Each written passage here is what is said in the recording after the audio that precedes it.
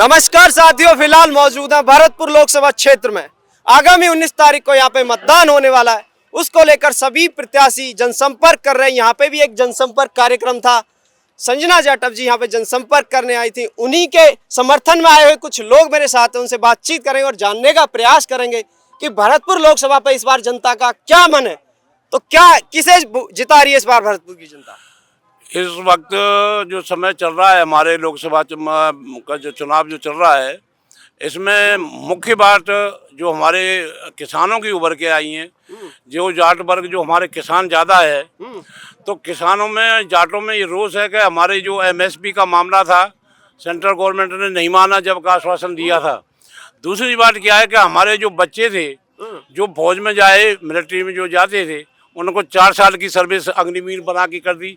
उनकी शादी की भी प्रॉब्लम हो रही है, शादी से पहले रिटायर हो जाते हैं। तो ये तो भरतपुर का जो चुनाव है वो स्थानीय मुद्दों पे हो रहा है, राष्ट्रीय मुद्दों पे?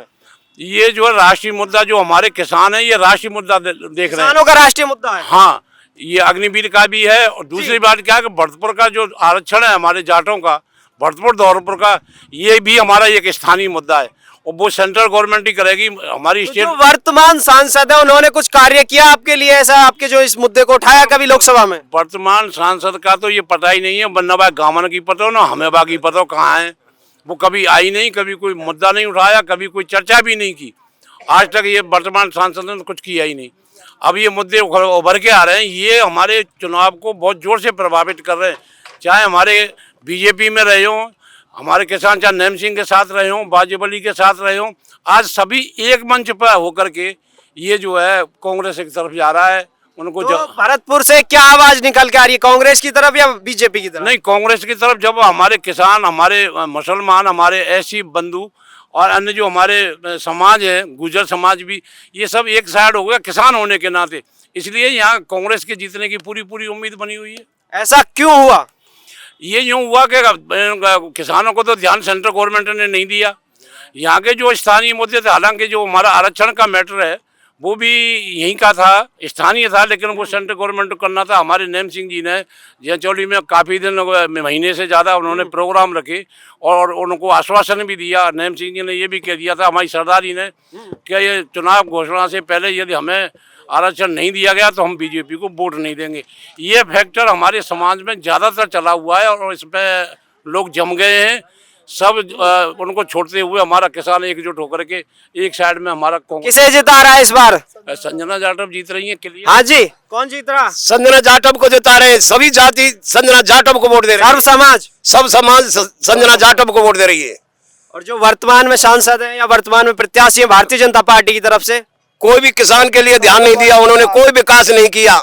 वर्तमान प्रत्याशी अब 2 टर्म में बीजेपी के सांसद हैं, उन्होंने कुछ किया नहीं, अभी कुछ नहीं किया है। अभी झूठे स्थानीय मुद्दों पे बीजेपी के झूठे वादे चल रहे हैं। अभी कोई जमीनी स्तर पर कुछ कार्य हुआ आपके क्षेत्र में? नहीं, अभी कोई काम नहीं हुआ है।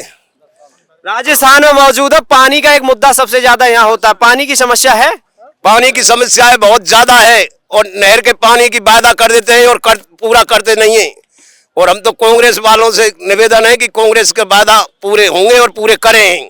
तो इस बार कांग्रेस का प्रत्याशी अगर यहाँ से आप कह रहे हो जीतेगा तो वो आपकी समस्याओं को उठाएंगे लोकसभा? बिल्कुल उठाएंगे साहब।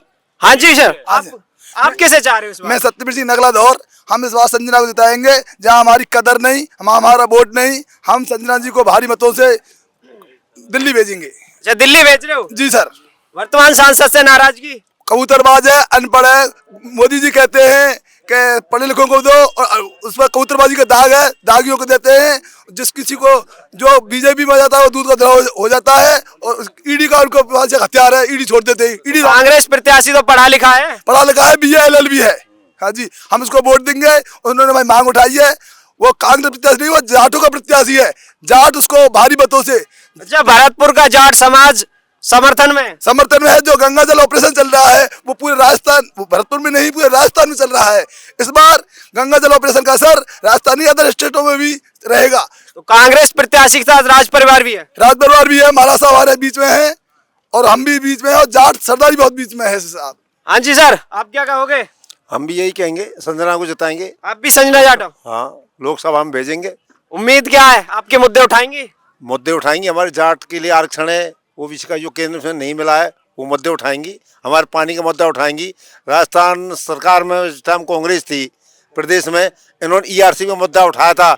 गहलोत साहब ने बहुत कोशिश की थी लेकिन केंद्र ने इसको नहीं दिया ईआरसी पे एमओयू। अभी उन्होंने ईआरसीपी का वादा किया लेकिन एमओयू अभी तक नहीं मिला है। हम कैसे, हाँ, तो अभी जो है कि भरतपुर की जनता पूर्णतः बीजेपी से नाराज है, बीजेपी से नाराज है। राष्ट्रीय स्तर पे, स्टेट स्तर पे, राष्ट्रीय स्तर पे भी, स्टेट स्तर पे भी हर तरीके से नाराज है, हर तरीके से नाराज है। चलो वो तो आगे आगामी चुनाव में भी पता लग जाएगा जैसे रिजल्ट आएगा। हाँ जी, आप किसे दे रहे हो वोट? संजना जाटव। आपकी क्या ऐसी डिमांड्स है जो आपकी वो आपको लगता है वो पूरी करेंगे? डिमांड्स यही है, 10 वर्ष का शासनकाल जो देखा है मोदी सरकार का, उसमें किसी प्रकार से ना किसान, ना युवा, ना कोई रोजगार, ना कोई स्वास्थ्य, उसके लिए केंद्रीय योजनाएं तो हमारे यहाँ कुछ आई नहीं है। धरातल पे जो चीजें आई थी वो कांग्रेस गवर्नमेंट पिछले 5 वर्ष रही है, अशोक गहलोत सरकार, उसकी कुछ देने, रोडें बनी है। ईआरसीपी का मुद्दा था वो लटका के रखा था इन्होंने, जो केंद्र सरकार का मुद्दा था जिसको केंद्रीय उसमें शामिल करें। आज भी एमओयू हुआ है कथित, लेकिन उसमें देखा कुछ नहीं है। हालांकि उसमें अगर कथित तौर पर भी माना जाए तो एमपी जो प्रदेश है उसके 15 या 20 जिले शामिल क्यों किए गए? ये तो केवल ईस्टर्न कैनाल योजना थी ना, केवल पूर्वी राजस्थान के लिए। आपके जो जिले के, जो आपकी लोकसभा के जो मुद्दे, वो राष्ट्रीय स्तर पे या स्टेट स्तर पे हैं? नहीं, राष्ट्रीय स्तर के ही ज्यादा हैं भाई।